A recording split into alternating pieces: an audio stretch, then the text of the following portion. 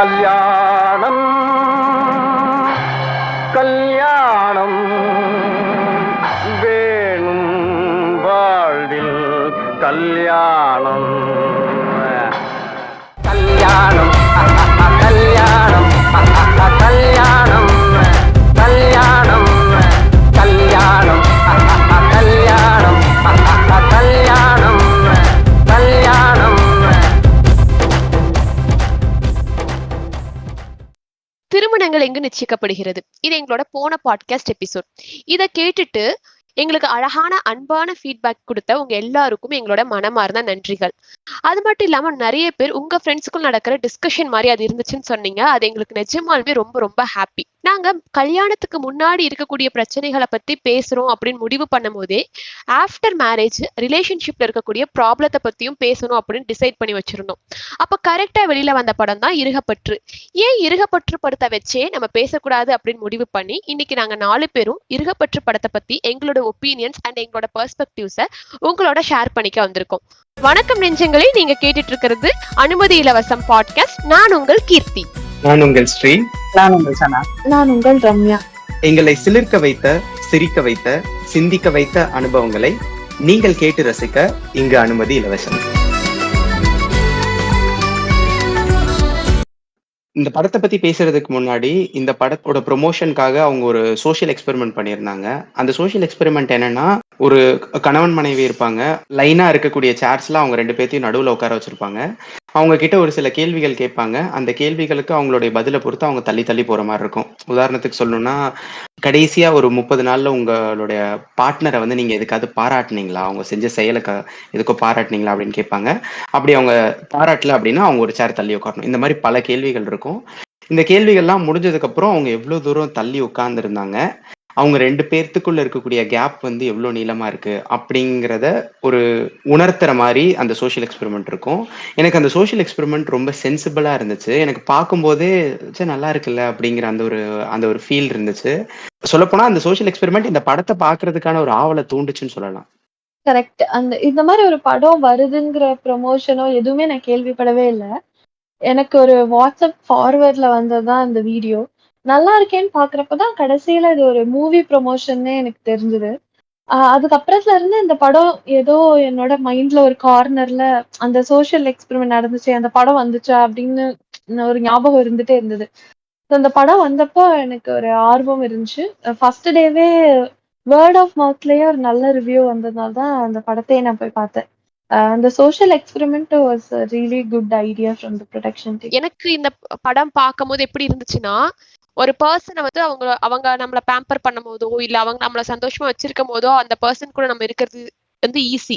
ஆனா அவங்க 2 பேருக்குள்ள ஒரு பிரச்சனைன்னு வரும்போது அதை எப்படி சால்வ் பண்றாங்க, அப்பா 2 பேரையும் விட்டு கொடுத்துக்காம கிவ் அப் பண்ணாம இருக்கிறது அப்படிங்கிறது தான் ஒரு ரிலேஷன்ஷிப்பை வந்து கடைசி வரைக்கும் கொண்டு போக வைக்கும் அப்படிங்கிற அந்த கோணத்துல வந்து காட்டக்கூடிய படங்கள் அப்படிங்கிறது வந்து ரொம்ப ரொம்ப குறைவு.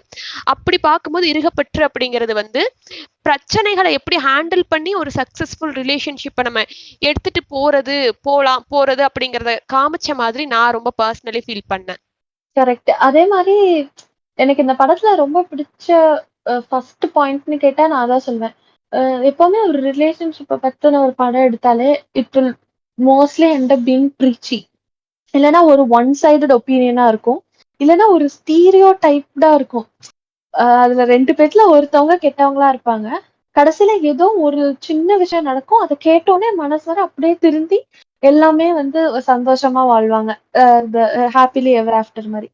அந்த மாதிரி இல்லாம ஒரு எஃபர்ட் போடுறதுல எவ்வளவு கஷ்டம் இருக்கும், நம்ம சைடு இருக்க ஃபிளாஸ அந்த அக்செப்டன்ஸ்ல எவ்வளவு ஒரு டிஃபிகல்டிஸ் இருக்குன்றதுலாம் ரொம்ப ரியலிஸ்டிக்கா இருந்தது அந்த படம். உண்மைதான், இந்த படம் ரொம்ப ப்ரீச்சியா இல்ல. அட் த சேம் டைம் படம் நம்மளை கன்வின்ஸ் பண்ணுச்சுன்னு தோணுது. எனக்கு எல்லா விஷயங்களுமே ஓரளவுக்கு கன்வின்சிங்கா இருந்துச்சு. அவங்க சொல்ல வர விஷயம் எதுவுமே ரொம்ப வந்து ஐயோ நமக்கு இது ஒத்து வராது அப்படிங்கிற மாதிரியான எந்த தாட்டும் எனக்கு கொடுக்காத மாதிரி இருந்துச்சு. இருக்கப்பட்டு பார்த்தப்போ வந்து நம்ம எல்லாருக்குமே வந்து சரி எது தப்பு எது அப்படிங்கறது அடுத்த பட்சமா இருந்தாலும் இத வந்து ஒரு உரையாடல ரிலேஷன்ஷிப்ல ஒரு டிஸ்கஷன்ஸை வந்து கண்டிப்பா வந்து கிரியேட் பண்ணுச்சுன்னு தான் சொல்லணும். ஆப்வியஸா ரிலேஷன்ஷிப்ல இருக்காங்க அப்படின்னா அதை என்னென்ன மாதிரி பிரச்சனை வந்திருக்கு, நமக்கு இத மாதிரி எப்படி வந்திருக்கு. இப்போ படத்துல வந்து ஸ்ரீயோட கேரக்டர் பாத்தீங்கன்னா ஒரு கட்டத்துல வந்து குறை சொல்லிக்கிட்டே இருக்கும் சானியாவை. அந்த மாதிரி அவங்கள வந்து ஒரு கட்டத்துல வந்து லேட்டா தான் வந்து ரியலைஸ் பண்ண ஆரம்பிப்பாரு ஸ்ரீ. அந்த மாதிரி ரியலைஸ் பண்ணாம நிறைய பேர் இருந்திருக்கலாம், நிறைய பேர் இருப்பாங்க கண்டிப்பா.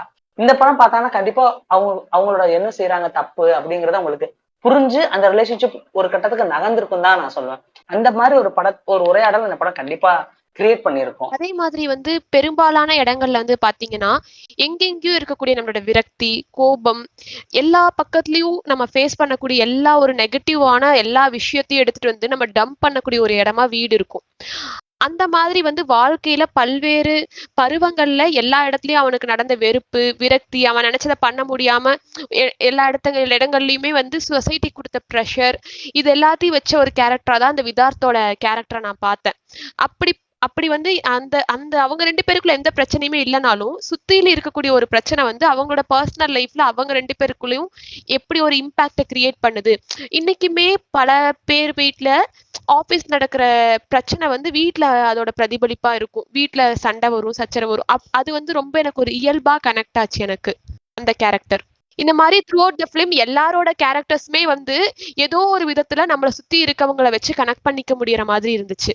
இல்ல ரம்யா சொன்ன மாதிரிதான் ஆப்வியஸா வந்து இது வரைக்குமே சினிமால வந்து நம்ம ஒரு காதல் பத்தி ஒரு படம் எடுக்கிறோம் அப்படின்னா ஒண்ணு அது ஸ்டீரியோடைப்பிக்கா இருக்கும், இல்ல ஒன் சைடடா இருக்கும், இல்ல ஏதோ அது ஒரு அறகுறையான ஒரு சரியான புரிதல் இல்லாத, இல்ல என்ன சொல்ல வர்றாங்க இந்த பாயிண்ட்ல அப்படிங்கிற மாதிரி இருக்கும்.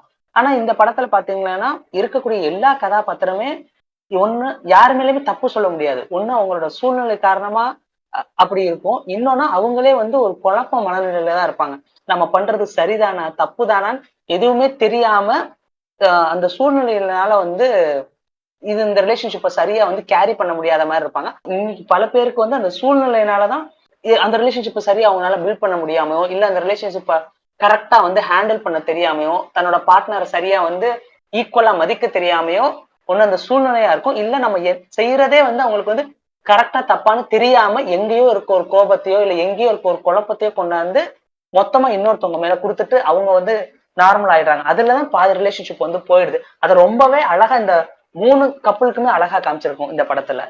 எப்பவுமே ஒரு ரிலேஷன்ஷிப் ஸ்டார்டிங்ல வந்து அந்த அந்த இன்னொரு பார்ட்னர் உள்ள வர்றப்போ அவங்க வந்து ஒரு புது மனிதரா இருப்பாங்க, நம்ம வாழ்க்கையில ஒரு புது அங்கமா இருப்பாங்க. அப்போ ஒரு எக்ஸைட்மெண்ட் இருக்கும், அவங்க பண்ற சின்ன சின்ன விஷயங்களை கூட நம்ம நோட் பண்ணுவோம். ஆனா போக போக அவங்க நம்ம ஒரு ரொட்டீன்லயே அவங்க ஒரு பார்ட் ஆயிருவாங்க. சோ நம்ம காலையில எந்திரிச்சு பிரஷ் பண்ற மாதிரி அவங்க தேர் ஆல்வேஸ் தேர் அரவுண்ட். சோ அவங்கள நம்ம வந்து அவங்க ஒரு தனி மனிதர் அப்படின்ற மாதிரி பாக்குறத வந்து நம்ம பார்க்க மறந்துடுறோம். அது நமக்கு அப்படியே பழகிருது. அவங்க தானே, அவங்க அங்கதான் இருப்பாங்க, அவங்க இங்கதானே இருக்க போறாங்க அப்படின்ற ஒரு மென்டாலிட்டி இருக்கும். அத வந்து இதுல நல்லா காமிச்சிருந்தாங்க.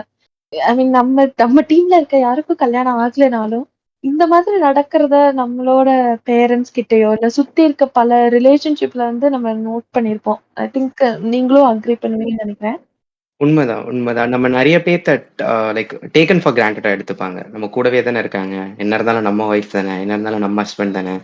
அத அவங்க செய்ற விஷயங்கள வந்து அப்ரிஷியேட் பண்ண மாட்டாங்க. கரெக்ட்.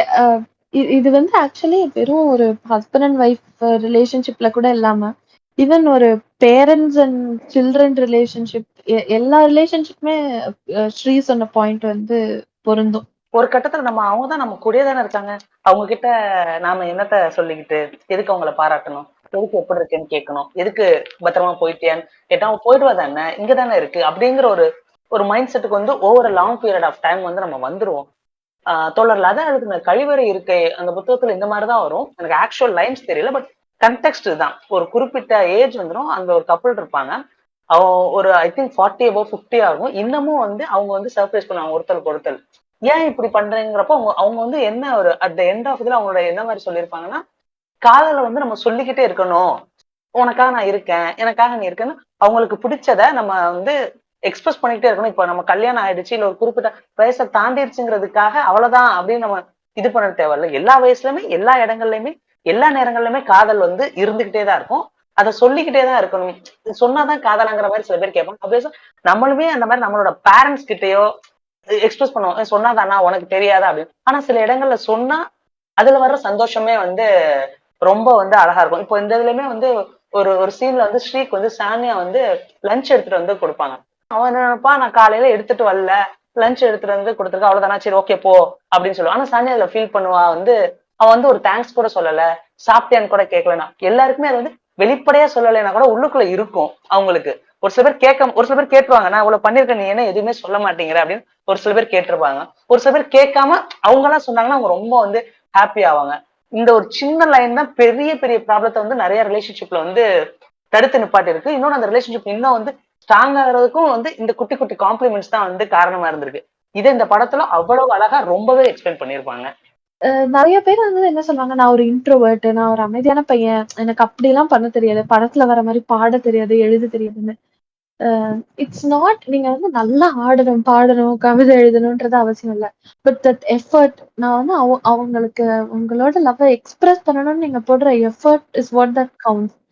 படத்துல அது ஸ்ரத்தா கூட கரெக்டா சொல்லியிருப்பாங்க. ஒரு ஜாப்பனீஸ்லயோ சைனீஸ்லயோ போய் நம்ம தமிழ்ல பேசினா அவங்களுக்கு புரியாது. நீங்க உங்கள்ட்ட இருக்க ஒரு எண்ணத்தை எக்ஸ்பிரஸ் பண்ணணும்னா அது ஆப்போசிட்ல இருக்கவங்களுக்கு புரியுற மொழியில சொல்றப்பதான் அது எஃபெக்டிவா இருக்கும். எக்ஸ்பிரஸ் பண்ணணும், அட்லீஸ்ட் அக்னாலேஜ் பண்ணணும். அவங்க உங்களுக்காக பண்றாங்க அப்படின்னா அது ஒரு தேங்க்யூ, அது அவங்க முன்னாடி சொன்ன மாதிரி வந்து அது ஒரு ரெஸ்பான்சிபிலிட்டியா வந்து அவங்க நினைச்சுக்கிறாங்க. இனி எனக்கு செய்யறதுங்கிறது உன்னோட கடமை. அப்படி கிடையவே கிடையாது. அது வந்து எல்லாமே வந்து ஒரு அன்போட வெளிப்பாடு. ஸோ நம்ம அன்பால நமக்கு ஒருத்தவங்க செய்யற எல்லாத்துக்குமே வந்து கிராட்டிடியூடு நம்மளுக்கு இருக்கணுங்கிறத தாண்டி ஒரு அக்னாலேஜ் பண்ணோம்னா அந்த ரிலேஷன்ஷிப் வந்து இன்னுமே ரொம்ப அழகா இருக்கும் அப்படிங்கிறத வந்து இந்த படத்துல ரொம்ப அழகா சொல்லியிருந்தாங்களோ அப்படின்னு வந்து எனக்கு தோணுச்சு. உண்மைதான். அக்னாலேஜ், அப்ரிஷியேட் இந்த எல்லா விஷயமும் அது எனக்கு தெரிஞ்சு அத வேணா நீங்க ஒரு ரெஸ்பான்சிபிலிட்டியா எடுத்துக்கோங்க. ப்ளீஸ் ஒருத்தவங்க பண்றாங்க அப்படின்னா, Yes. அப்ரிஷியேட் பண்றது, அக்னாலேஜ் பண்றதுங்கிறது உங்களோட கடமைன்னு நெனச்சுக்கிறது சரியா இருக்கும்னு எனக்கு தோணுது. எனக்கு நான் நிறைய இந்த படம் பாக்குறதுக்கு முன்னாடியே நம்ம இந்தியாலயோ தமிழ்நாட்டிலயோ நான் நிறைய நோட்டீஸ் பண்ணது என்னன்னா, படங்கள்ல கூட marriage is always shown as the destination of love. ஒரு லவ் வந்து திருமணத்துல முடியும்னு காட்டுறாங்க. அது வந்து ரொம்ப ரொம்ப ரொம்ப தவறான விஷயம். அது அங்கதான் ஸ்டார்ட் ஆகுது. அங்க இருந்துதான் ரொம்ப ரொம்ப முக்கியமான கட்டம் ஸ்டார்ட் ஆகுது. That is where you should show more love. Correct. So கல்யாணத்துக்கு அப்புறம் எஃபர்ட் போடணும். அது ரொம்ப முக்கியம். ஐ திங்க் நம்ம ஊர்ல வந்து எப்படி இருந்தாலும் அவங்க விட்டுட்டு போக மாட்டாங்கல்ல அப்படின்னு ஒரு மெத்தனம் இருக்கு. உண்மை. இந்த சொசைட்டல் ஸ்ட்ரக்சர் ஏதோ ஒரு வகையில அத கட்டி காப்பாத்திட்டே தான் இருக்கு. எக்ஸாக்ட்லி. ஒரு ரிலேஷன்ஷிப்ல அவுட்புட் முக்கியம் கிடையாது, அந்த போடுற எஃபர்ட் தான் வந்து ரொம்ப ரொம்ப முக்கியம். பேசிட்டு இருக்கும்போது டக்குன்னு வந்து எனக்கு சென்னை 28 காமெடி தான் ஞாபகம் வந்துச்சு.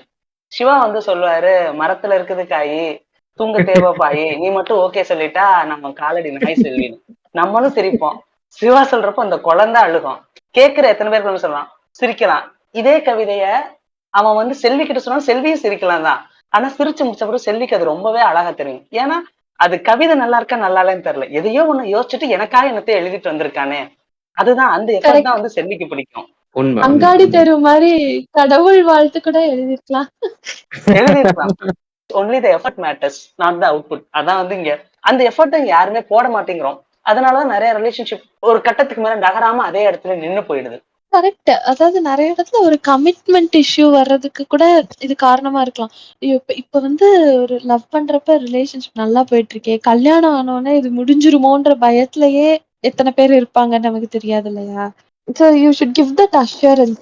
காதல் வந்து கல்யாணத்துக்கு அப்புறமும் தொடருங்கிறது அதையும் இதுல வந்து நல்லா காமிச்சிருந்தாங்க. ஆமா. அந்த ஸ்ரீ அண்ட் சானியாவோடது வந்து லவ் மேரேஜா தான் இருக்கும். லவ் பண்றப்ப அந்த சீன்ஸா நம்ம பார்க்கும்போது லவ் பண்றப்ப they were very happy. They were the happiest lovers அப்படிங்கிற மாதிரி தான் காட்டியிருப்பாங்க. கல்யாணத்துக்கு அப்புறம் ஆகக்கூடிய பிரச்சனைகள் அகைன் அந்த மெத்தனை போக்குன்றது ரொம்ப ஜாஸ்தியா தான் இருக்கு. ஏதோ ஒரு வகையில அவங்க நமக்கு சொந்தம், அந்த உடைமை அப்படிங்கிற அந்த ஒரு உணர்வு வந்து 2 பேருக்குள்ளேயும் கடத்தப்படுறது வந்து மிகப்பெரிய தப்பா இருக்கு. அது அகைன் நான் கழிவறை இருக்கையே கோட் பண்ணணும்னு நினைக்கிறேன்.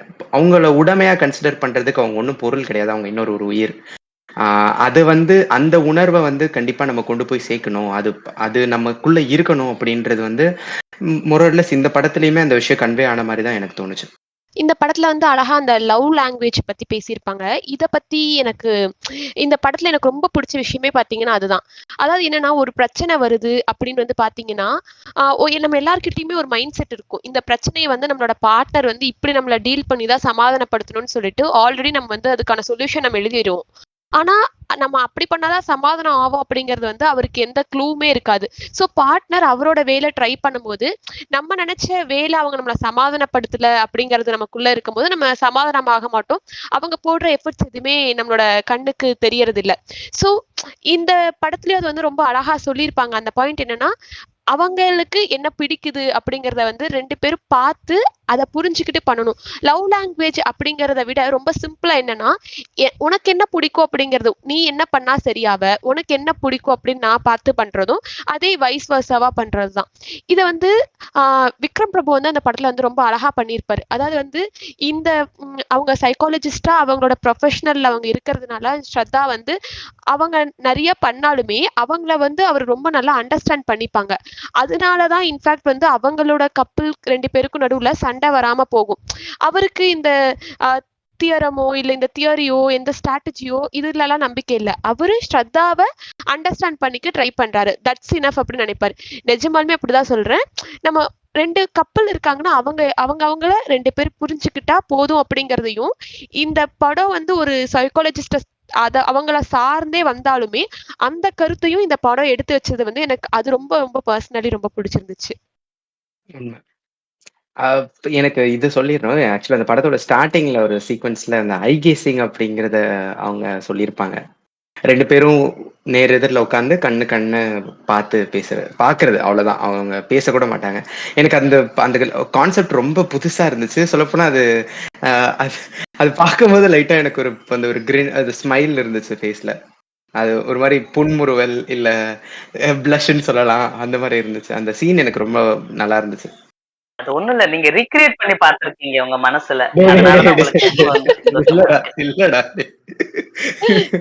அந்த படத்துல வந்து அந்த ஸ்ரத்தா பண்ற விஷயங்கள் எல்லாம் வந்து அவங்க ஓவரா லைக் ஒரு எக்ஸாஜரேட்டடா பண்ணியிருந்தாலும் அந்த ஆப் பார்த்தே பண்ணியிருந்தாலும் அதுல சில விஷயங்கள்லாம் ஒரு மாடரேஷன்ல எடுத்துக்கிறப்ப ரிலேஷன்ஷிப்க்கு அது ஒரு அவசியமான விஷயங்கள் தான். சர்ப்ரைஸ் பண்றதோ, உண்மைதான். டூர் போறதோ.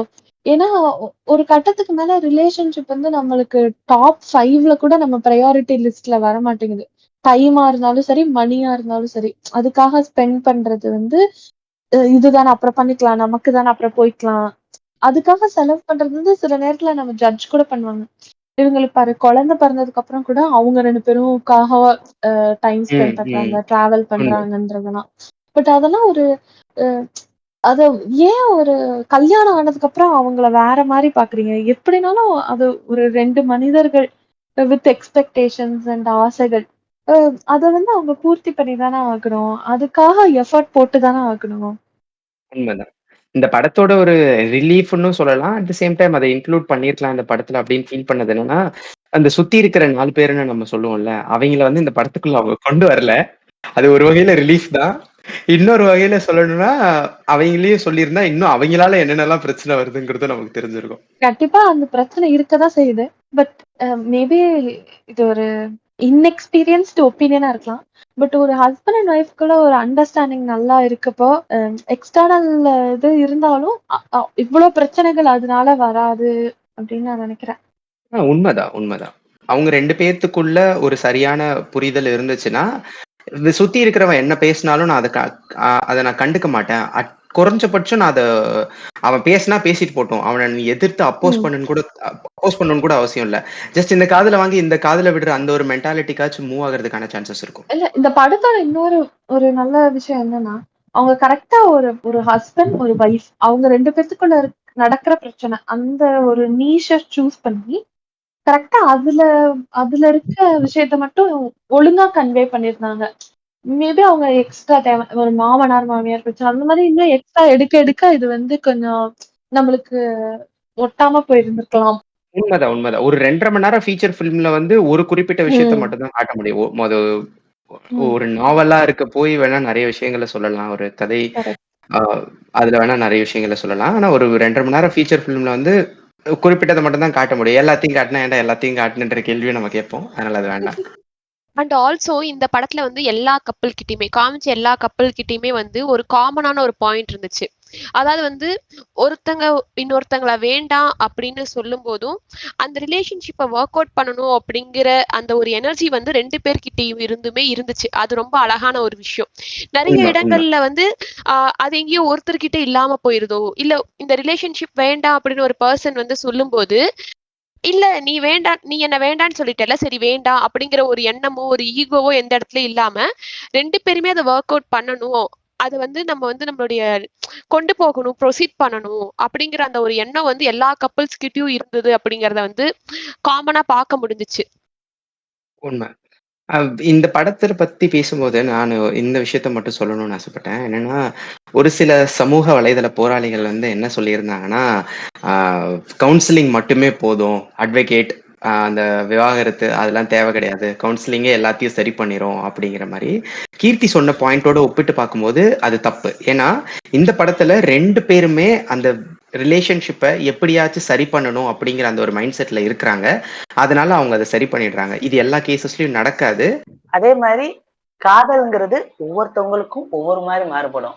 ஒரு 2 பேருக்கும் இருக்கக்கூடிய அந்த காதல் வந்து காதல் ஆகட்டும், அவங்களுக்குள்ள ஏற்படக்கூடிய பிரச்சனை ஆகட்டும், அதை ஹேண்டில் பண்ற விதமாகட்டும், அதே பிரச்சனை இன்னொரு ஒரு ஒரு தம்பதியருக்கோ இல்ல இன்னொரு ஒரு கப்பலுக்கோ வந்துச்சுன்னா அந்த இடத்துல அந்த பிரச்சனையை அவங்க ஹேண்டில் பண்ற மாதிரி கண்டிப்பா முடியுமாங்கிறது தெரியல. ஏன்னா இது எல்லாமே வேற வேற மனிதர்கள்.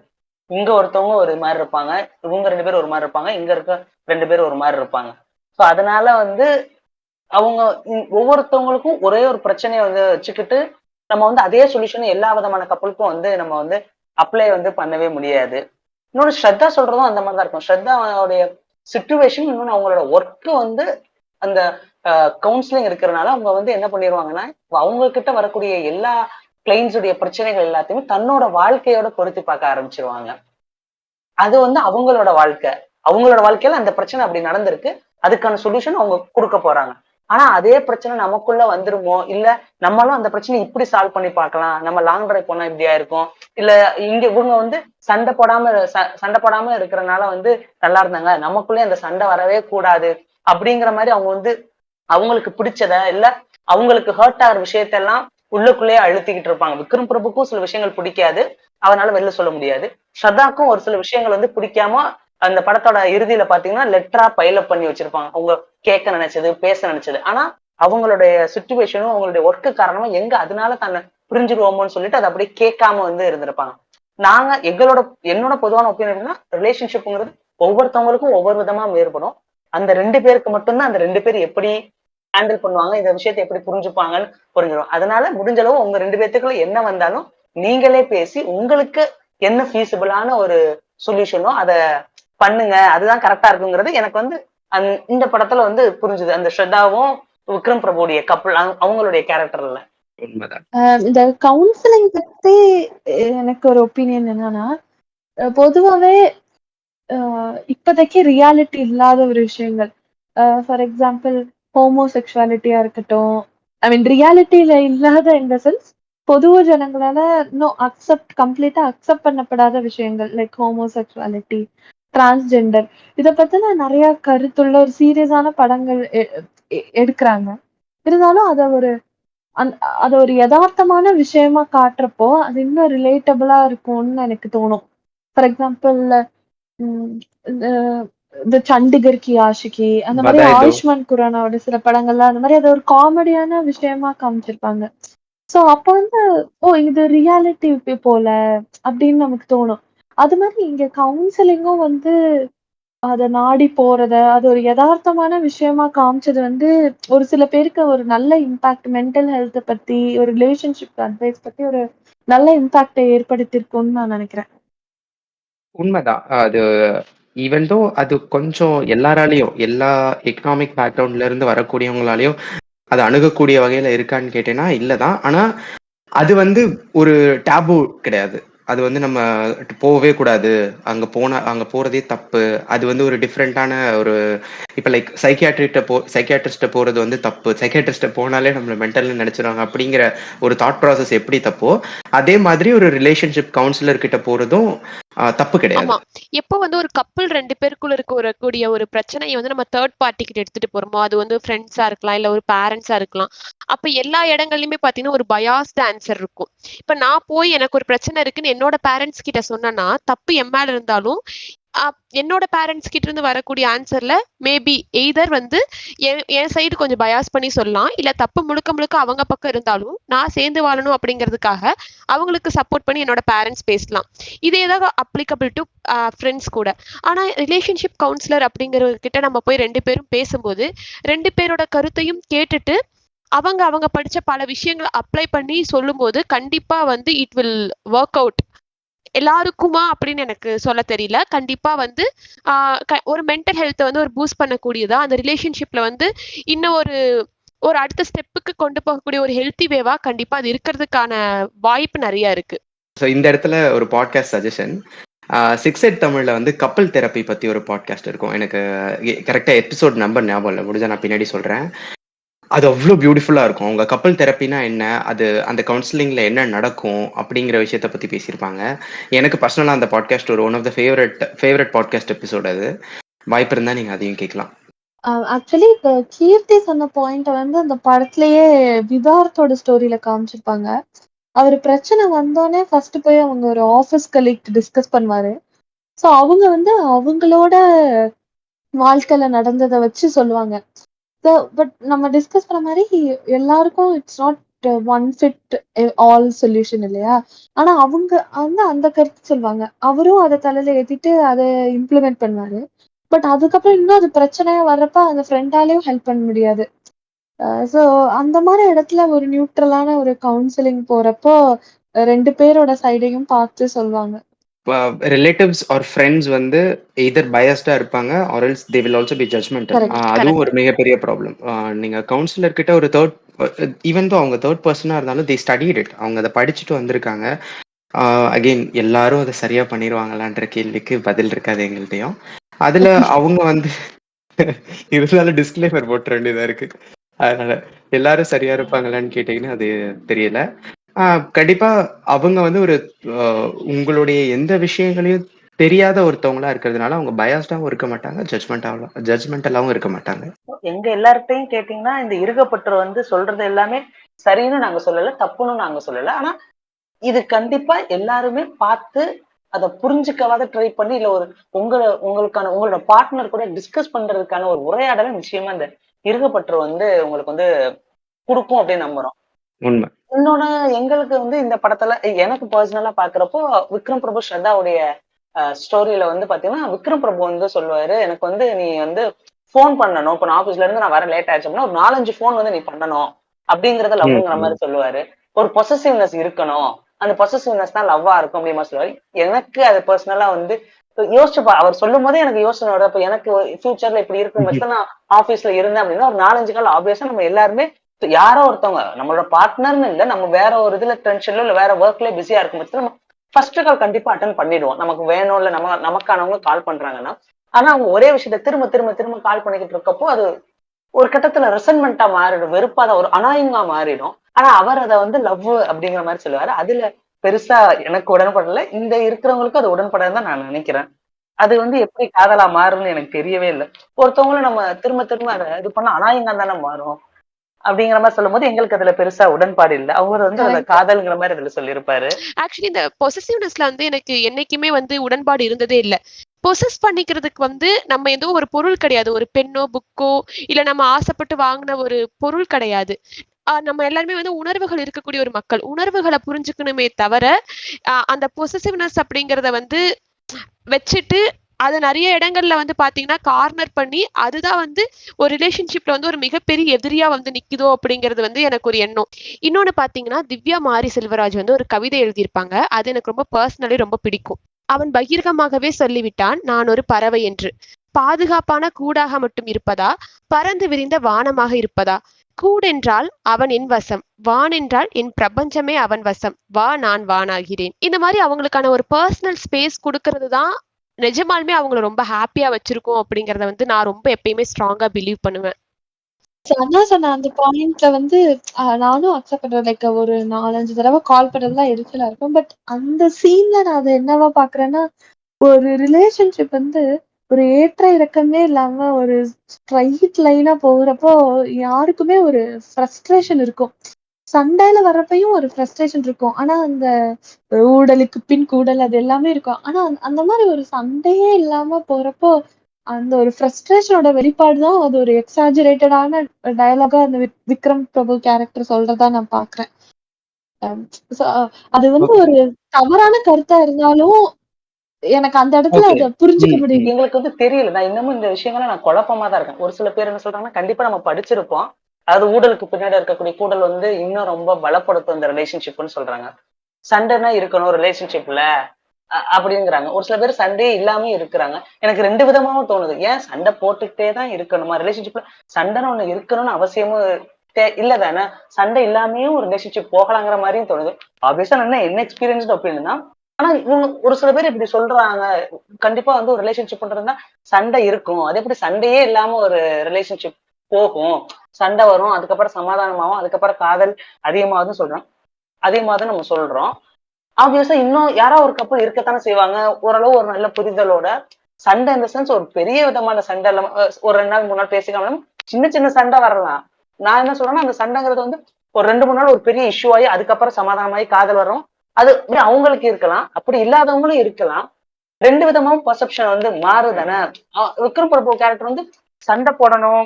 ஒரு ரிலேஷன்ஷிப்ல சண்டை இருக்கணும். அப்பதான் அது கரெக்டா இருக்குங்கிற மாதிரி சொல்ற மாதிரி எனக்கு ஃபீல் ஆச்சு.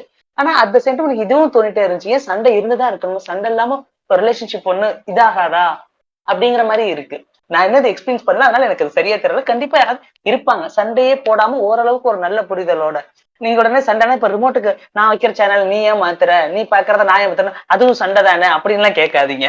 என்னன்னா நீங்க அணிலாமை சண்டை எடுக்கலாம் சார்.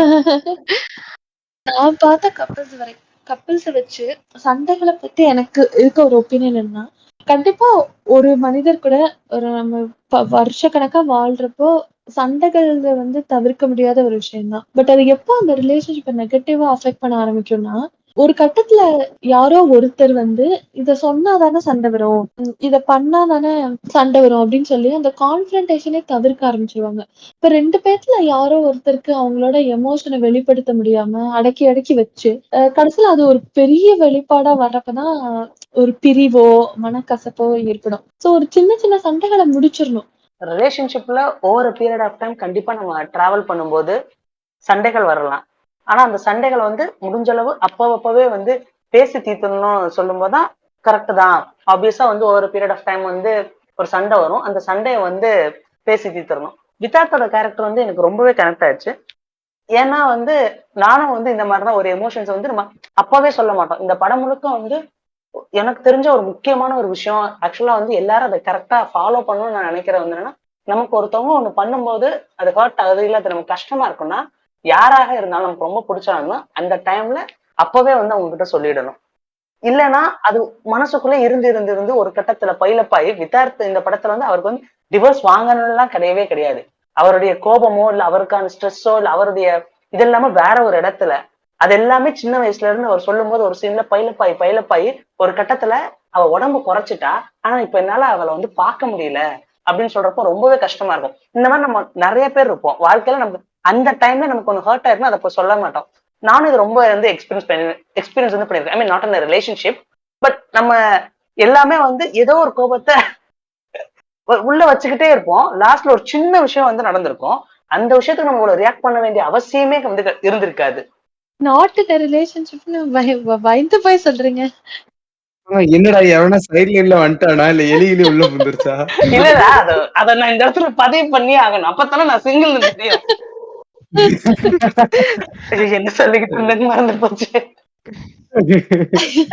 அது வந்து நம்ம அதுவும் ரிலேஷன்ஷிப்னு வர்றப்போ இப்ப நம்ம வந்து தனியா இருக்கோம் அப்படின்னா அதுவே தப்புதான். ஆப்வியஸா இப்ப நம்ம ஃப்ரெண்ட்ஸ் கிட்ட வந்து நம்ம ஏதோ ஒரு கஷ்டத்தை வந்து அவங்க மேல கட்டுற அதுவே தப்புதான். ஆனா ரிலேஷன்ஷிப்ங்கிறது இன்னொருத்தவங்க அவங்களுக்கா நம்மளை பத்தி தெரியும். ஃப்ரெண்ட்ஸுக்கு அம்மா அப்பாவுக்கு இவன் ஏதோ ஒரு பிரச்சனை இருக்கு இவன் இப்படி ரியாக்ட் பண்ணுவான்னு.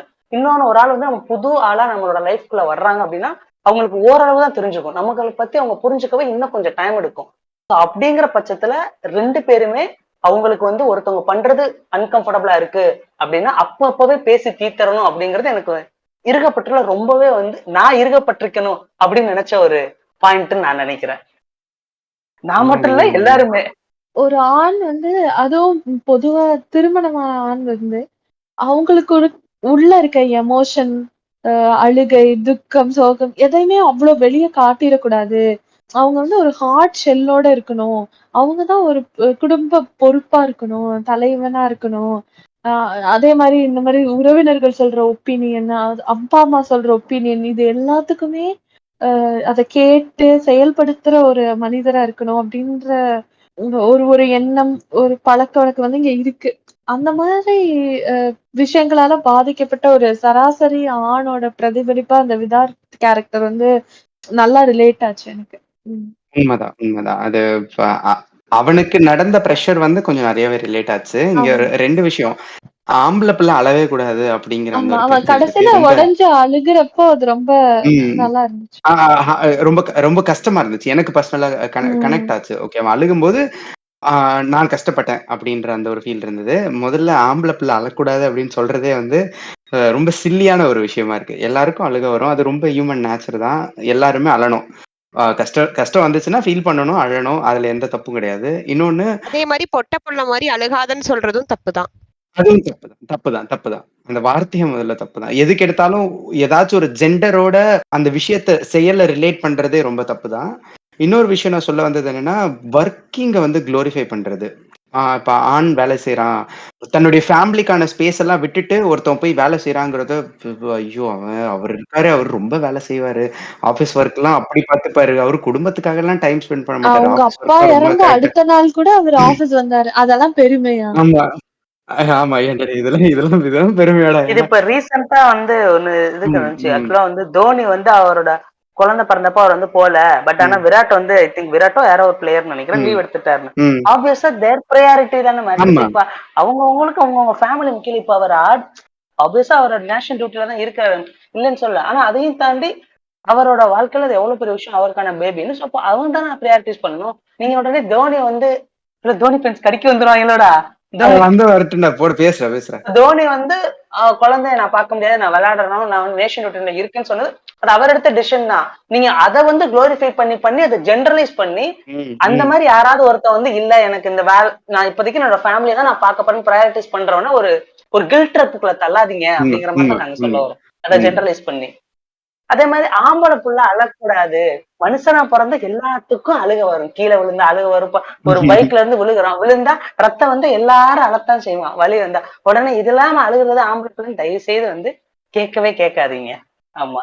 இதே மாதிரி ஒரு சீன் இருக்கும். ஜஸ்ட் ஒரு ரெஃபரன்ஸ்க்காக சொல்றேன். கும்பலங்கி நைட்ஸ்ல ஷௌவின் ஷாயிர் அழுவான். அது ரொம்ப எமோஷனலா இருக்கும். அந்த இடத்துலதான் அந்த படத்துல அவன் அப்படி பர்ஸ்ட் அவுட் ஆகி அழுவான். ஒரு ஐ திங்க் ஒரு கவுன்சிலரோட மார்பிள சாஞ்சிட்டு அந்த முகத்துல இருக்கக்கூடிய வேர்வை, அழுக எல்லாமே அவருடைய மார்ல படுற மாதிரி அழுவான். எனக்கு தெரிஞ்சு இந்த சீன் எனக்கு அதோட ரிலேட் ஆச்சு ரொம்ப. இந்த விதார்த்தோட கேரக்டர் பாக்குறப்ப நான் இன்னொன்னு நினைச்சது என்னன்னா, இங்க வந்து ஒரு எமோஷனல் எஜுகேஷன். நம்ம ஒரு விஷயத்த ஃபீல் பண்றப்போ அதை எப்படி வெளிக்காட்டணும்னு யாருக்குமே கத்துக் கொடுக்கப்படுறதே இல்ல. பொதுவா மெயினா வந்து பசங்களுக்கு வந்து அவங்களுக்கு சோகமா இருந்தாலும் கோவமா எல்லாத்தையுமே வெறும் கோவமா மட்டுமே வெளிப்படுத்துற மாதிரி அவங்க ஸ்ட்ரக்சர் பண்ணப்பட்டிருக்காங்களோ, அப்படிதான் அவங்களுக்கு ஃபர்ஸ்ட் வே ஆஃப் ரியாக்ஷன் வந்து கோவமா தான் வருது. ஈவன் விதார்த்துமே பாத்தீங்கன்னா அவனுக்குள்ள அவ்வளவு கஷ்டம் இருக்கு. அதை எல்லாமே அவன் ஒரு கோவமாவும் எரிச்சலாவும் வெளிப்படுத்தியிருக்கான். கடைசியில தான் he confronted his emotions. Okay, நான் சோகமா இருக்கேன், எனக்கு வேற விஷயத்துல ஸ்ட்ரெஸ்ஸா இருக்கு அப்படிங்கறத அவனுக்கு வெளிப்படுத்த தெரியறதுக்கே 2 மணி நேரம் ஆயிடுச்சு படத்துல பாக்குறப்போ. படத்துல வாழ்க்கையில அத வெளிப்படுத்தாம எத்தனை பேர் இருக்காங்க, அத பெருமையா நினைச்சுட்டு எத்தனை பேர் இருக்காங்கன்னு தெரியல. அந்த ஸ்ரீ அந்த கப்பலோட இடத்துல வந்து அந்த குழந்தைக்காக வந்து வேலைக்கு போறதை வந்து நிறுத்த சொல்லி அவங்க 2 பேத்துக்குள்ள ஒரு உரையாடல் வரும். அந்த இடத்துல பாத்தீங்கன்னா எனக்கு அதுவே வந்து பாத்தீங்கன்னா ஒரு ஸ்ட்ரேஞ்சான ஒரு திங்கா இருந்துச்சு. ஒரு கப்பலுக்கு நிஜமாலுமே அப்படிதான் பிளான் பண்ணணும்னா அது ஓகே. ஆனா அதுல இருக்கக்கூடிய ஒருத்தருக்கு வேலைக்கு போகணுங்கிற ஒரு ஆசையோ ஒரு ஆர்வமோ இருந்து வேலைக்கு போக கூடாதுன்னு ஒருத்தர் சொல்ற மாதிரி இருந்துச்சு அப்படின்னா அது கண்டிப்பா வந்து ஏத்துக்கிற மாதிரி இருக்காது. இந்த இடத்துல வந்து எனக்கு அப்படி ஒரு ஷேட்ல அது இருக்கோ அப்படிங்கிற மாதிரி இருந்துச்சு.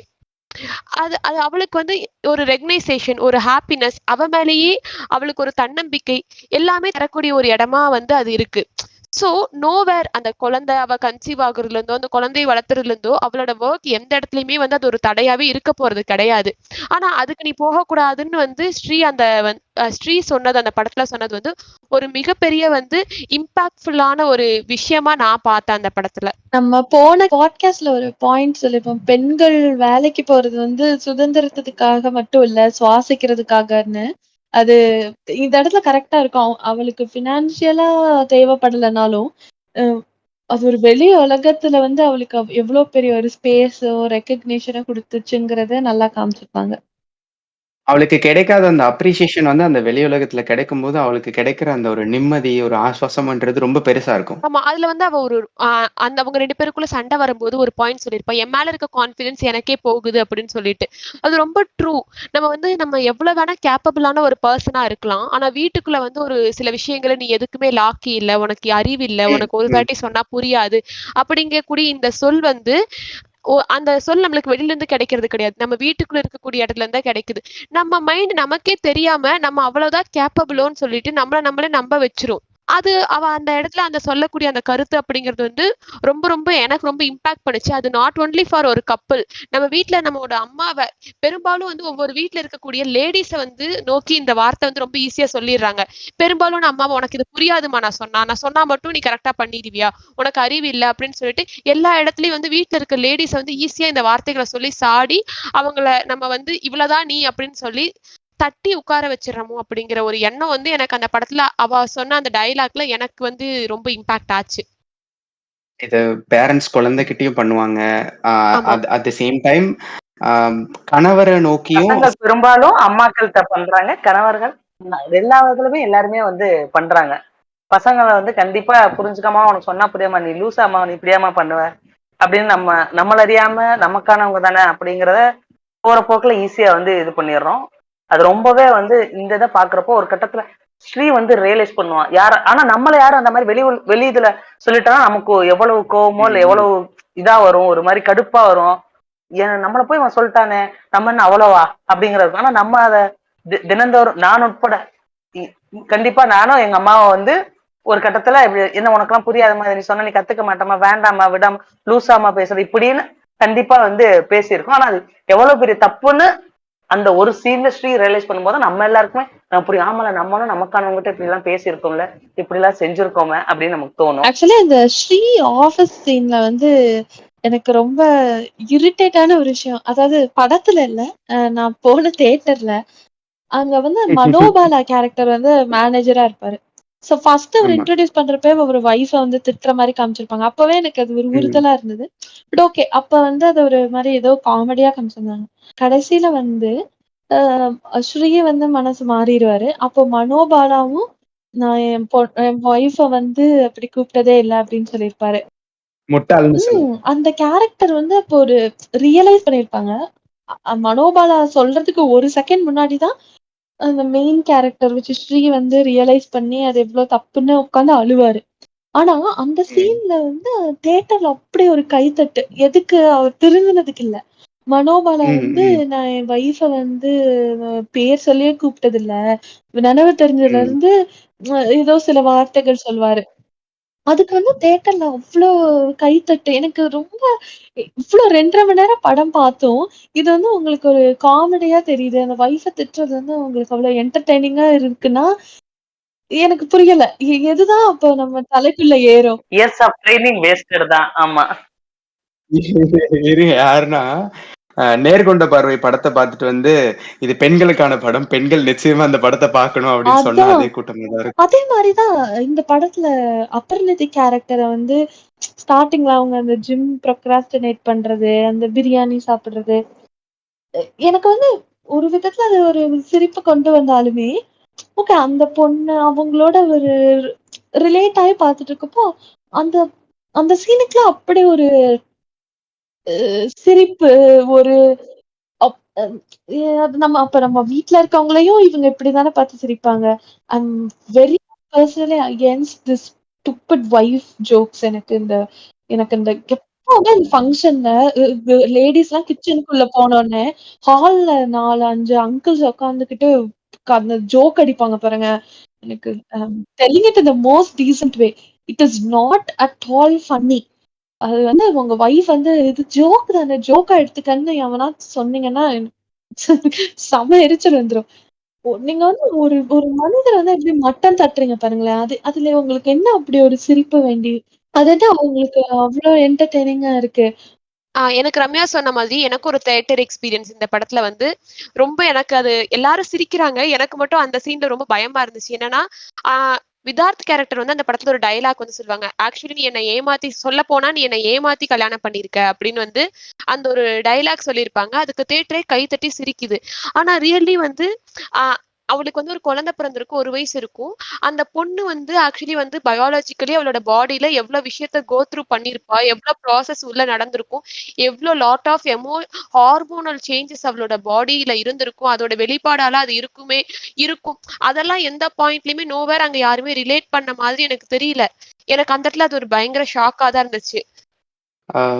நான் இடையில ஏதோ சொல்லணும்னு வந்தேன். சடனா மறந்துட்டேன். ஒரு நிமிஷம்.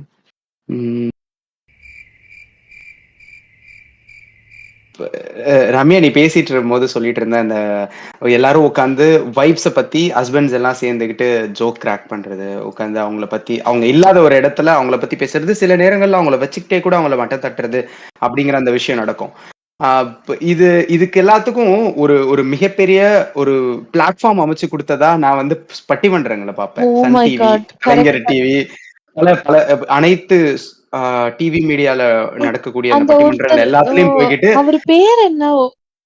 மோகன சுந்தரம் ஆ மோகன Sundaram that guy, every time he comes on TV he starts with this. என் பொண்டாட்டி அது இல்லன்னா பட்டிமன்றமே இல்லடா. அது இல்லன்னா பட்டிமன்றமே இல்ல இவனுங்களுக்கு. நீங்க உடனே கேட்கலாம், அப்ப நீங்க எல்லாம் சிரிச்சே இல்லையா அப்படின்னு. ஆப்வியஸா நாங்களும் சின்ன வயசுல தீபாவளி அன்னைக்கு எல்லாத்தையும் பார்த்து சிரிச்சிட்டு தான் இருந்தோம். ஆனா இப்ப ஓரளவுக்கு கொஞ்சமாவது நமக்கு ம், புரிதல் ம். வந்திருக்கு, கொஞ்சமாவது அறிவு வந்திருக்குல்ல, 4 விஷயத்த பாக்குறோம் பண்றோம். அப்படி வர்றப்ப இவங்க எல்லாம் பேசுறப்ப ஒரு மீம் டெம்ப்ளேட் தான் அந்த லொல்லு சபா சாமிநாதன் தான். ஹெஹே எனக்கு சிரிப்பே வரல அப்படிங்கிற மாதிரிதான் இருக்கு இவங்க பாக்குறதெல்லாம், இவங்க பேசுறதெல்லாம் பண்றத. ஆமாடா. லிட்டரலா அது சிரிப்பு வரல, அது ஒரு மாதிரி ஆக்வர்ட்னஸா இருக்கு இந்த ஜோக்ஸ் எல்லாம் கேட்கும்போது. சில மனைவிகளை கூட உட்கார்ந்து அத சிரிக்கிற மாதிரி, ஆமா. ஆமா இதெல்லாம் நார்மல் தாங்க அப்படின்ற மாதிரி அத மாத்திட்டானுங்க. சொல்லப்போனா இப்ப அது மாறுதான்னு தெரியல. நான் அந்த பட்டிமன்றங்கள்லாம் பார்த்து ரொம்ப நாள் ஆச்சு. ஆனா அந்த ஜோக் இல்லாம பட்டிமன்றங்களே கிடையாதுங்கிற ஒரு காலகட்டம்லாம் இருந்துச்சு. கரெக்ட். ஸ்டூடண்ட் டீச்சர் ஜோக் இல்லாம ஸ்டாண்ட் அப் ஆமா. காமெடி இருக்காது. அது மாதிரி கணவன் மனைவி இல்லாம அஹ் இல்ல, அதுவும் மெயினா இது நிறைய ஜென்ஸ் தான் பண்றாங்க. வைஃப்ஸ் வந்து எப்படின்னா ஆமாமா, ஆமா. அவங்க பண்ற ஹஸ்பண்ட்ஸ் பண்ற தப்ப கூட வெளிய சொன்னா மான பிரச்சனை ஆயிடும்னு சொல்லிட்டு அவங்கள வந்து ப்ரொடெக்ட் பண்ணி வச்சுக்கிட்டே இருப்பாங்க. ஆனா இவங்க வந்து ஒரு குரூப்ல ஒரு நல்ல காமெடி சொல்லணுன்றதுக்காக they just simply sell them out. அது ஜோக் மெட்டீரியல் கிடையாது அப்படின்றது தான். நீ எந்த வகையில வேணா எடுத்துக்கோ. ஒரு ஒரு ஹஸ்பண்ட் அண்ட் ஒய்ஃப்குள்ள நடக்கக்கூடிய ஹியூமரஸான விஷயங்கள் நெறைய இருக்கும். அவங்க 2 ம். பேத்துக்குள்ள நடக்கக்கூடிய கான்வர்சேஷன்ல எவ்வளவோ இருக்கும். ஆனா ஒருத்தவங்கள மட்டம் தட்டுறது, அது எய்தர் வே பெஸ்ட் மெஜாரிட்டி வந்து ஹஸ்பண்ட்ஸ் வந்து மனைவிய மட்டம் தட்டுறது தான் இங்க ஜாஸ்தியா ஏன்னா இருக்கிறதுனாலன்னு அத அவங்களுக்கு சொல்றேன். தான் வேலை இல்லாம ஒண்ணா உட்காந்து கதை அடிச்சிட்டு இருப்பாங்க. ஏன்னா ஃபங்க்ஷன் லீவ் நாள்லயும் லேடிஸ் தானே போய் கிச்சன்ல உட்காந்து பண்ணிக்கிட்டு இருக்காது. உண்மையை சொல்லணும்னா ரம்யா, நம்ம இருந்தாவது ஒரு நம்மளோட அப்பா அம்மாக்களுக்கு வந்து ஒரு பெரிய என்விரான்மெண்ட் இல்லாம இருந்திருக்கும். அதை தாண்டி பெருசா வந்து வெளி உலகமோ இல்ல படிப்போ இல்லாதவங்களும் இதெல்லாமே ஏத்திட்டு இருக்கோம். நம்ம நினைப்போம் ஒருவேளை நம்ம அம்மா அப்பாக்கள் படிச்சிருந்தாலோ இல்ல நம்ம அம்மா அப்பாக்கள் இன்னமும் கொஞ்சம் எக்ஸ்போஸ் ஆகி நிறைய எக்ஸ்போஷர் இருந்திருந்தாலும் அவங்க இந்த இதெல்லாம் இல்லாம ரொம்ப கரெக்டா இருந்திருப்பாங்கன்னு. ஆனா உண்மை என்னன்னா அந்த எக்ஸ்போஷர் ஆகி நல்ல ஒரு பொசிஷன்ல நல்ல படிச்சிருக்கிறவங்க தான் எல்லாருமே இத அப்படியே டிட்டோவா ஃபாலோ பண்ணுவாங்க. நான் மேல நான் கீழே நான் இப்படி அப்படிங்கறத. நான் இந்த படம் பார்க்கலான்னு ஒரு சில ஃப்ரெண்ட்ஸையும் சேர்த்து கூப்பிட்டேன். அதுல வந்து மேரிட் கப்புள்லாம் இருக்காங்க சரியா. இந்த ம், ஹஸ்பண்ட்ஸ் ம். எல்லாம் இல்ல ஃபர்ஸ்ட் வந்து எடுத்தோன்னே அப்படி ஒரு படம் வருதான்னு கேட்டாங்க. நான் அப்ப இந்த சோஷியல் எக்ஸ்பெரிமெண்ட் பத்தி இதே மாதிரி எக்ஸ்பிளைன் பண்ண அந்த மாதிரி நீங்க அந்த வீடியோ பாத்தீங்களா, அது மாதிரி கொஸ்டின் கேட்பாங்க. ரொம்ப ம். நல்லா இருந்துச்சு, வித்தியாசமா இருந்துச்சுன்னு. So the wives are immediately அப்படியா போலாம். இந்த ஹஸ்பண்ட்ஸ்லாம் இல்ல, ஐயோ ரம்யா நீங்க வேற சொல்லாதீங்க. அப்புறம் அத பார்த்துட்டு ம், ம், வந்து ம், அந்த மாரி அத ம். பத்தி டிஸ்கஷன் வரும். அந்த டிஸ்கஷனுக்குள்ள போறதுக்கே தயாரா இல்ல. ஏன்னா அங்க போனா கான்ஃபரன்டேஷன் வரும். தான் தப்ப ஒத்துக்கணும். ஆமா, இல்ல ஆமா, ஏதோ ஆமா, ஒண்ணு ஆமா. மாத்திக்கணும், பதில் சொல்லணும். ஒரு ரிலேஷன்ஷிப்காக ஒரு டிஸ்கஷனுக்குள்ள கூட போற அளவுக்கு கூட நீங்க ஒரு எமோஷனலோ, ஒரு டைமோ நீங்க ஒதுக்க மாட்டீங்கன்னா, ஆமா. அதுக்கு கூட டைம் இல்லன்னு நீங்க அப்படி என்னடா பண்றீங்க நீங்கலாம்? அதான் எனக்கு இந்த கேள்வி தோணுதுடா. திரும்ப திரும்ப தோணுதுடா. ரிலேஷன்ஷிப்பும் இல்ல. பொதுவா எந்த ஒரு பிரச்சனையுமே நம்ம ஓடினா கடைசி வரை அது நம்மள தொரத்திக்கிட்டே உண்ம, தானே உண்ம. இருக்கும். என்னைக்காவது நின்னு அது என்னன்னு பார்த்தா மட்டும் தான் அதுக்கான சொல்யூஷன் கரெக்ட். வரும். ஆனா அவங்க அத பாக்குற சமயத்துல, ஆ அந்த பிரச்சனை எப்படியோ வந்து முடிஞ்சிருக்கும். ஏன் ஒரு மனைவி வந்து அ நான் நெறைய ஹஸ்பண்ட்ஸ் கேட்டுருக்கேன். மனைவி வந்து, "ஐயோ! அவ இப்படிதான் நை நைன்னு ஏதாவது பேசிக்கிட்டே இருப்பா."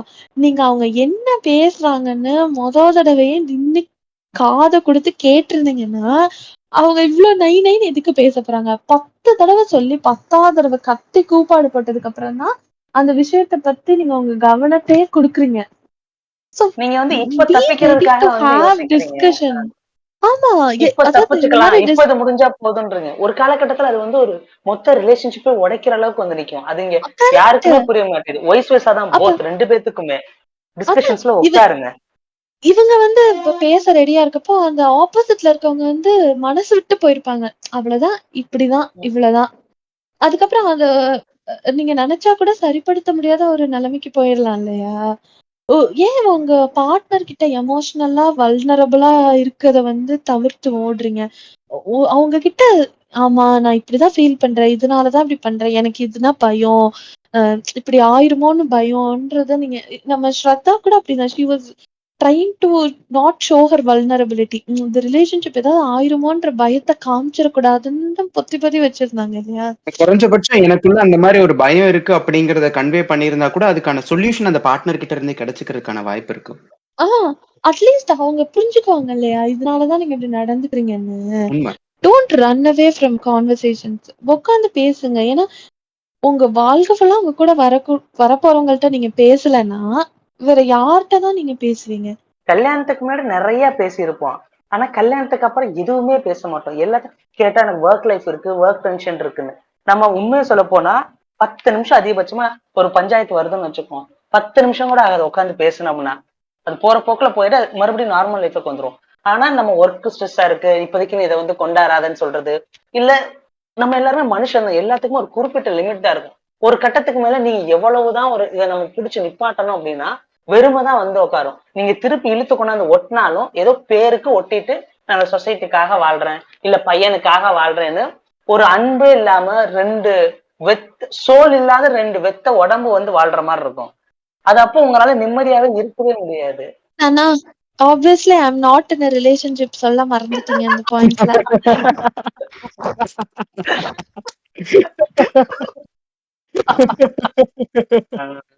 இருக்கட்டும், இருக்கட்டும். கூடிய சீக்கிரம் ஆப்வியஸ்லி இன் மை ரிலேஷன்ஷிப் நான் பேசுறேன்.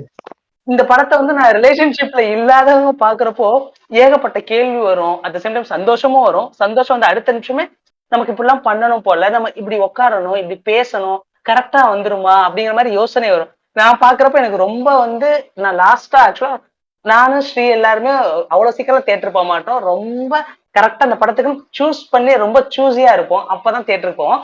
ஓடிடில வந்ததுக்கு அப்புறம் ஓடிடில ஓடிடில வந்துருச்சு. வந்ததுக்கு அப்புறமும் கரெக்டா ஒரு சான்ஸ் கிடைச்சது. சோ போய் பார்த்தப்போ ரொம்ப நாளுக்கு அப்புறம் ஒரு ஹோல்சமான ஒரு மூவி பார்த்தோம் அப்படிங்கிற ஒரு ஃபீல் வந்து கொடுத்துச்சு. இன்னொன்னு இது ஆப்வியஸா எல்லாருக்கும் தேவை இந்த கட்டத்துல. நீங்க லவ் மேரேஜ் பண்ணாலும் சரி, இல்ல அரேஞ்ச் மேரேஜ் பண்ணாலும் சரி, லிவ் இன்ல இருந்தாலும் சரி, எப்படி இருந்தாலும் கண்டிப்பா நீங்க யாராவது ஒரு பார்ட்னரோட இருக்க போறீங்க, கொஞ்சம் டிராவல் பண்ண போறீங்க.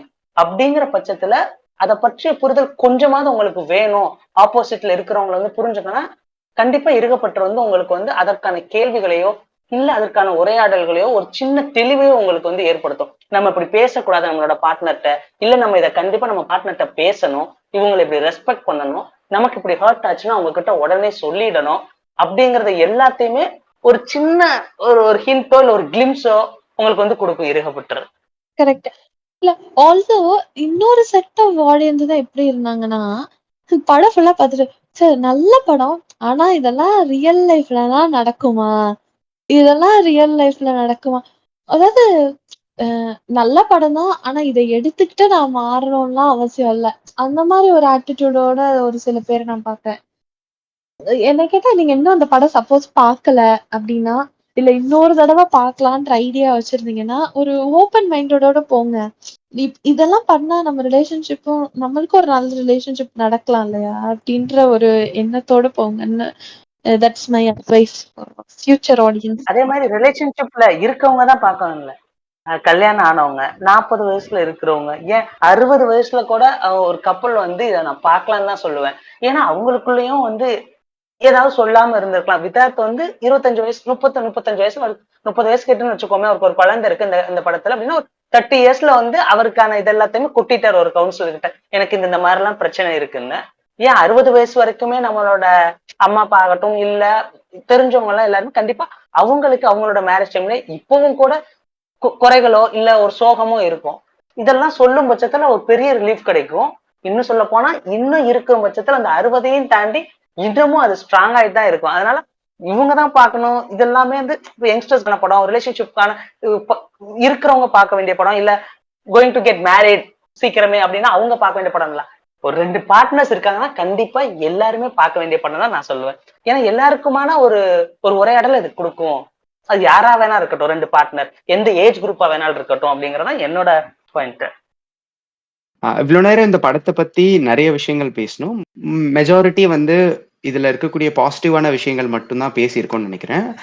முழுக்க முழுக்க இந்த படம் வந்து எல்லாமே நல்லா இருக்கா, எல்லாமே சரியான ஒரு கருத்தியலை கொண்டு போய் சேர்த்திருக்கா அப்படின்னா நிச்சயமா இல்ல. இந்த படத்துலயும் எனக்கு ஒவ்வாத, எனக்கு ஒத்து வராத, இல்ல எனக்கு பிடிக்காத ஒரு சில விஷயங்கள் இருந்துச்சு. அதுல ஒரு சிலது அந்த பொசசிவ்னஸ் மாதிரியான விஷயங்கள் வந்து இந்த பாட்காஸ்ட் டிஸ்கஷன்லேயே வந்துருச்சு.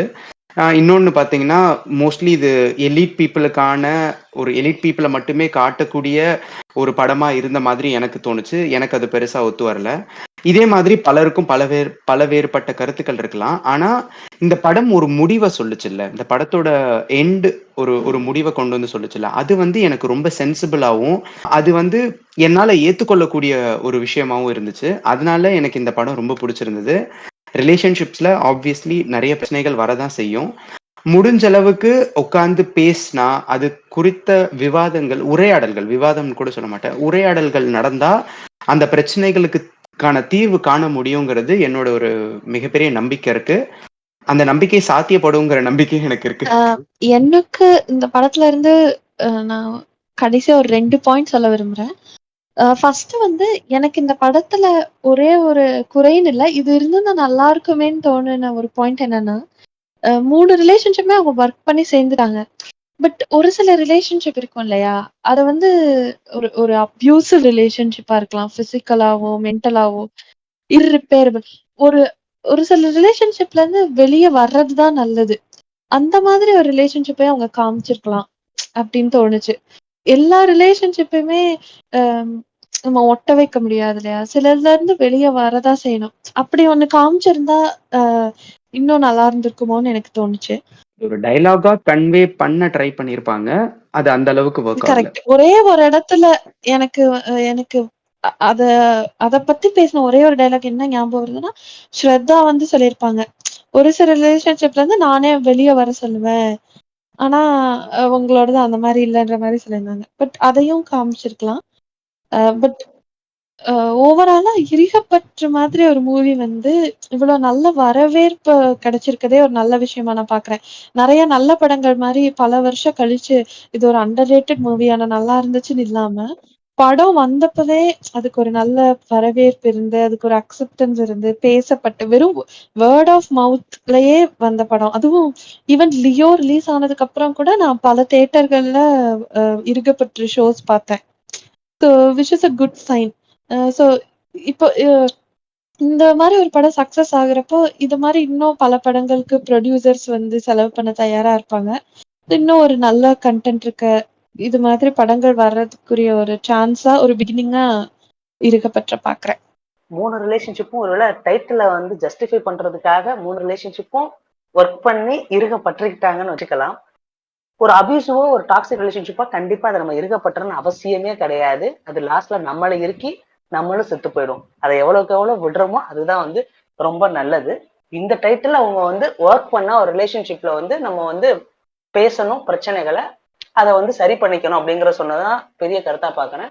நான் முன்னாடியே சொன்ன மாதிரிதான் relationship subjective to every one, ஒவ்வொருத்தவங்களுக்கும் ஒவ்வொரு விதமா இருக்கும். உட்காந்து வந்து பேசுங்க, பேசுனா சரியாகாது எதுவுமே வந்து கிடையாது. அதையும் மீறி அது டாக்ஸிக்கா மாறுச்சு அப்படின்னா தயவுசெய்து திரும்ப போய் பேசாதீங்க, அப்படியே வந்துருங்க. இதுதான் வந்து உங்களுக்கும் நல்லது, இன்னொருத்தவங்களுக்கும் நல்லது. டிஸ்க்ளைமர். சும்மா இரேண்டா ஃப்ளோல போயின்னு இருக்கேன்டா.